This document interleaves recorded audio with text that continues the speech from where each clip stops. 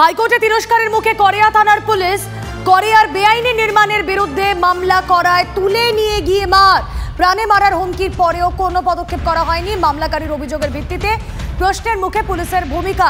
কথা বলবো আমাদের প্রতিনিধি শ্রাবন্তী সাহা রয়েছেন টেলিফোনে। শ্রাবন্তী, দেখো, আজকে পুলিশ বিচারপতি রাজশ্রী ভরদ্বাজকে অনেক যুক্তি বোঝানোর চেষ্টা করে, কিন্তু বিচারপতির বক্তব্য যে যখন এই ধরনের কোনো অভিযোগ পাচ্ছেন পুলিশ, সেক্ষেত্রে কেন যে অভিযোগ করছেন তার বয়ানটা কেন রেকর্ড করা হয়নি।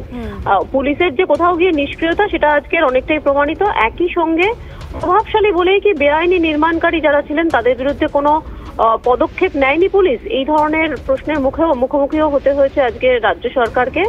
আগামী 20শে আগস্ট পুলিশকে তার অগ্রগতির রিপোর্ট দিতে নির্দেশ দেওয়া হয়েছে হাইকোর্টের পক্ষ থেকে। ধন্যবাদ।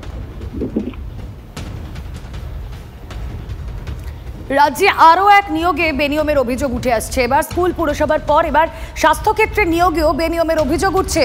হোমিওপ্যাথির ডিরেক্টর পদের নিয়োগের প্রক্রিয়ায় সেখানে প্রশ্নে হেলথ রিক্রুটমেন্ট বোর্ড। বুধবার ডিরেক্টর পদে ইন্টারভিউয়ের ফল প্রকাশ হয়েছে, আর এরপরে আবেদনকারীদের মধ্যে থেকে ডিরেক্টর পদের মনোনয়ন ঘিরে একাধিক প্রশ্ন উঠছে।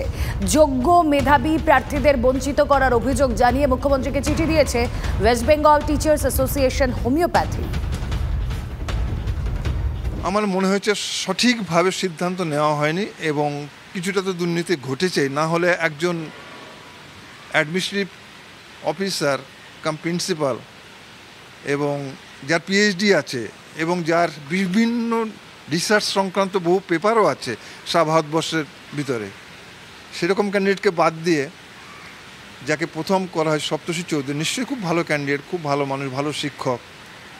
আমার মনে হয় উনিও নিজেকে লজ্জা পাবেন যে ডাক্তার রজত চ্যাটার্জিকে 4 নম্বর দিয়ে তাকে 1 নম্বর করা হয়েছে আর কি। ডিরেক্টর পদে নিয়োগে West Bengal state homeopathy health service আইন 2015 তা মানা হয়নি। TV9 বাংলায় বিস্ফোরক দাবি, আইন প্রণয়নের সঙ্গে যুক্ত প্রাক্তন প্রশাসক এবং চিকিৎসক অখিলেশ খান। টিচিং পোস্টের এডুকেশন সার্ভিসের রিক্রুটমেন্ট রুলের মধ্যে আমি ডাইরেক্টলি জড়িত ছিলাম। আমাকে ডিপার্টমেন্ট রেকমেন্ড করেছিল, আমার নাম ফিনান্সিয়াল লতে গিয়েছিল। চ্যালেঞ্জ করলে যে কোনো মানুষ, সুস্থ মানুষই বলবে কোর্টে চ্যালেঞ্জ করে একটা দিনে স্যাটিসফাইড হয়ে যাবে। এটা আইনটাকে যদি ভালো লয়ার দিয়ে তুলে ধরতে পারে, স্যাটে হোক হাইকোর্টে হোক, একটা দিনে স্যাটিসফাইড হয়ে যাবে। Out of which 5 years administrative experience, এটা একমাত্র রজত চ্যাটার্জিরই আছে। বাকিরা তাদের কী করে যে রিক্রুটমেন্ট বোর্ড এটাকে এসেন্সিয়াল কোয়ালিফিকেশন নিয়ে অ্যালাউ করলো বাকিদের, এটা আমার কাছে প্রশ্ন। এবং তার রুলটাকে খুঁটিয়ে দেখেননি কেন আমি জানি না। অ্যাডমিনিস্ট্রেটিভ পোস্টে প্রিন্সিপাল ছাড়া কোনো বিভাগীয় প্রধান বা টিচার ইনচার্জ অ্যাপ্লাই করতে পারেন না? অ্যাপ্লাই করতে পারেন না। ইন্টারভিউ কল করা উচিত হয়নি। এই স্ক্রুটনিটা আমার মনে হয় কোনো একটা ল্যাকুনা রয়ে গেছে। এনিহাও ডিপার্টমেন্ট থেকেও কর্তৃপক্ষ রুলগুলো কেন করা হচ্ছে, এগুলো তো করা উচিত নয়। এগুলো আপনারা উপযুক্ত স্থানে বলুন। উপযুক্ত হচ্ছে পশ্চিমবাংলার আমাদের দিদি আছেন মমতা ব্যানার্জি মাননীয়া, ওনার কানে তুলুন, ওনার তোলাতে একটা যে কোনো উপায় চেষ্টা করুন, আপনি নিশ্চয়ই উনি অ্যাকশন নেবেন। যদিও হেলথ রিক্রুটমেন্ট বোর্ডের চেয়ারম্যানের দাবি, নিয়ম মেনে সমস্ত নিয়োগ হয়েছে।